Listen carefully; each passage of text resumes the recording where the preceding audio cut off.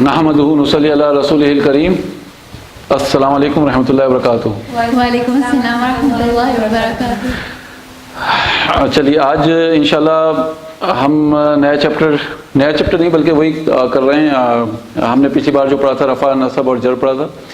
رفع کی پہچان ہم نے پڑھا تھا کہ کسی بھی لفظ کے اوپر پیش ہوں گے تو وہ رفع ہوگا، کسی اسم کے اوپر اگر زبر ہوگا تو وہ نصب کی حالت میں ہوگا، اور کسی اسم کے نیچے اگر زیر ہوگا تو وہ حالت جر میں ہوگا. اچھا، رفع کو بیسیکلی پیش کو ہم کیا کہتے ہیں عربک میں؟ دمہ. مثال کے طور پہ میں لکھتا ہوں، ورڈ ہے آپ کے سامنے کتابن. یہ رفع ہے، نصب ہے، جر ہے؟ رفع ہے نا. اس کو اگر ہم کتابو لکھیں تب بھی یہ رفع ہی رہے گا. ٹھیک ہے، تب بھی یہ رفع ہی رہے گا، دو پیش یا ایک پیش. ٹھیک ہے، تو وہ اسی طریقے سے جب ہم کہیں گے کتابن اور کتابا،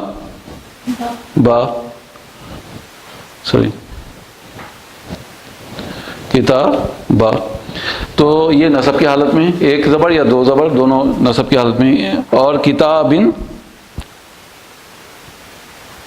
یا کتابی. ٹھیک ہے، تو یہ رفع، نصب اور جر کی کنڈیشنز ہیں. تو دو پیش یا ایک پیش رفع، دو زبر یا ایک زبر نصب، اور دو زیر یا ایک زیر جر. اس کو عربک میں ہم کہتے ہیں دمہ، اس کو فتح اور اس کو کسرہ. اچھا ٹھیک ہے، تو اب اس کے بعد رفع ہمیشہ کیا ہوتا ہے کسی بھی سینٹینس میں؟ ڈوئر ہوتا ہے، کرنے والا. اور نصب کیا ہوتا ہے؟ ڈیٹیل. اس کے بارے میں ڈیٹیل بتائی جا رہی ہے. اور حالت جر میں کب آتا ہے کوئی بھی اسم؟ جب اس کا تعلق کسی سے ہوتا ہے، یعنی کسی دوسرے اسم سے ہوتا ہے تو وہ حالت جر میں آتا ہے. ٹھیک ہے، اب مثال کے طور پہ میں آپ کے سامنے ایک ایکسرسائز اگر کروں اور یہ کہوں کہ حامد نے زید کی مدد کی، تو اس میں رفع کی حالت میں کون ہوگا؟ حامد نے زید کی مدد کی، تو اس میں رفع کی حالت میں کون ہے؟ حامد رفع کی حالت میں ہے. اور نصب کی حالت میں کون ہوگا؟ زید. اگر ہم کہیں زید نے محمود کو دیکھا، زید رفع کی حالت میں. اچھا، یہ تو ہو گئی بات آپ کی رفع، نصب اور جر کو پہچاننے میں. لیکن ایک بات آپ یہ دیکھیں گی کہ ہم کچھ لفظ، کچھ سینٹینس ہندی میں یا انگلش میں جب بولیں گے تو ان میں آپ کچھ سملیرٹیز دیکھیں گے، لیکن جب ہم عربک میں بنائیں گے وہ چیز تو وہ بالکل ڈیفرنٹ ہوگی. مثال کے طور پہ میں نے ابھی دو سینٹینس آپ کے سامنے رکھے کہ زید نے حامد کی مدد کی، محمود نے زید کو دیکھا. ٹھیک ہے، اور اسی طریقے سے فاطمہ نے زینب کو دیکھا، فاطمہ نے زینب کی مدد کری، عائشہ نے فاطمہ کو مارا. تو اس ٹائپ سے جو بھی ہم سینٹینس بنا رہے ہیں وہ کرنے والے کو ہم کیا کر رہے ہیں؟ شروع میں رکھ رہے ہیں، پہلے رکھ رہے ہیں، ہے نا.